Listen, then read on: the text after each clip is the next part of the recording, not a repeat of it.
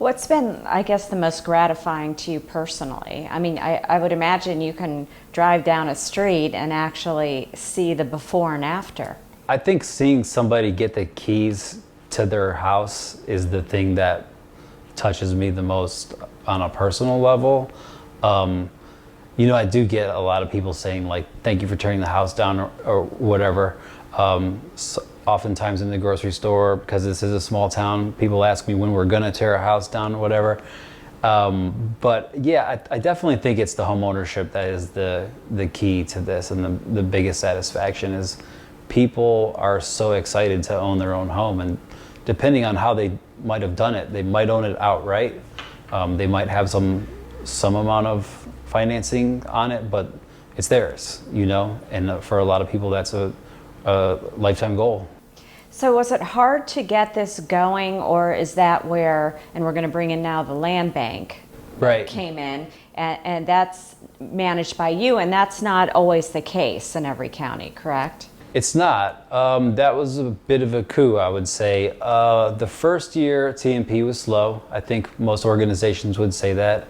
It was me and Leah Dotson, and we were boarding a lot of houses and doing a lot of neighborhood cleanups and helping with some community gardens. And honestly, that's what I knew how to do, and that's what I had done previously in Cleveland, and that's something that I knew would help us get connected. I never missed a neighborhood association meeting.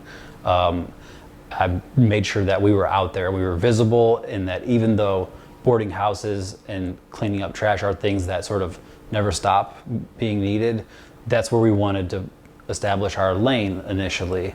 But it was slow going at first, and I think the first program that we started was a partnership with the courts, so that folks could do community service, lower level offenders, or even just traffic fines that are untenable for people that are not working, don't have to go to jail. They can come help us board up houses and pick up trash and stuff. It was slow going at first, but timing is really everything, and county land banks became something that Ohio adopted, I think 2010 also. And community organizing and the Mahoning Valley Organizing Collaborative had a lot to do with making sure that Trumbull and Mahoning were the third and fourth land banks created in the state of Ohio, which, considering Cleveland, Columbus, Cincinnati, Toledo, Akron, it's a big deal for Youngstown and Warren. And just sort of in layman's terms, explain why that process really helps you do what you do. So the land bank it's basically an expedited version of a tool that already always existed. So the government can take your property if you don't pay your taxes. But there's a process to that, as there should be. If you own your home, you don't want the government to be able to take your property easily. When the foreclosure crisis sort of wreaked havoc on the housing market, the tool was developed in Michigan first and then Ohio to fast track bringing all of the derelict, vacant, abandoned properties into government ownership. What that mechanism looks like behind the scenes, our county treasurer, Sam Lamakusa, could tell you all about that. But what I do know is that when I met with Sam early, 2011, he was interested in working with what we were starting up. And that is really the genesis of what has happened here with this organization, the jobs program, the demolitions, the renovations, everything is because TNP and the land bank were able to link up early. I like to say that we were just friends for the first couple of years. We were working on a planning grant, researching those neighborhood plans, talking to residents, but we were also helping to establish some of the early policies of the land bank. It does take a year for a property to come into the land bank, so we had to wait. There wasn't a lot of activity at first, but by 2013 it was really ramping up. There was some money for demolition, and my view anyways, the treasurer's office was getting a little overwhelmed. They were doing an awesome job with it, but we were right here. And then I do believe then Attorney General Mike DeWine said that a land bank cannot be run from a government office. So what we did is establish a contract, and we managed the county land bank on behalf of the county land bank board. One of your other programs or priorities is public art. Tell me about how TNP's involved in that. Yeah, so we learned early that the aesthetic is really everything. You know, it's really important. I talked a lot about the nuts and bolts, you know, housing, food access, and organizing to get there. But we did a mural as in our first year, and it was really warmly received. And it's not a significant portion of our budget, but it is a significant portion of our work to try and make sure that we always do every year something around public art.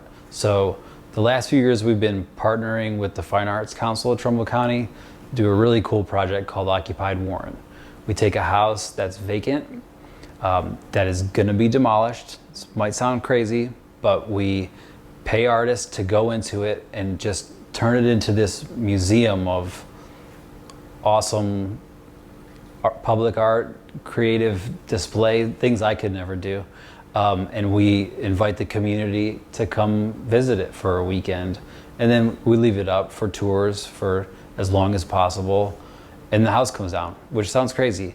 But it's really got people's imaginations going and thinking about sort of like the temporary nature of things and time and space. And we've really got some really cool stuff done. We've done some murals around town. We've done some sculptures and things at different public parks. A lot of our vacant lots have public art affectations on them. It's the little things, and I think it's really important. You know, I don't necessarily know that a mural helps to sell a house or not, but I know that, you know, I see people post pictures of them standing in front of our mural, or I see them come visit or something like that. So partner organizations like the Fine Arts Council of Trumbull County, Trumbull Art Gallery are really important for work like that. And is that something that is common with other development corporations in other cities? The art is becoming part of that redevelopment? Yeah, some larger cities have really widespread public art initiatives. It sort of depends on the city. You know, a bigger city is probably going to have a lot of, probably a well-funded organization that's autonomous just to do public art. We work with the Fine Arts Council of Trumbull County here and with TAG. But yeah, it's pretty common. You know, we go to conferences, we see different stuff, and we try to copy it.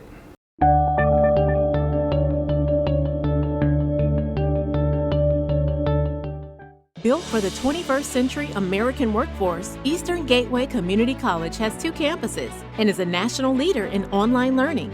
Egcc.edu is a digital gateway where 30,000 students are quickly transforming their financial futures through degrees, certificates, transferable credits, and higher-paying jobs. And now, residents of the Mahoning Valley can enroll in summer classes for free. It's the Egcc Summer Guarantee. Eastern Gateway. America's new workforce starts here.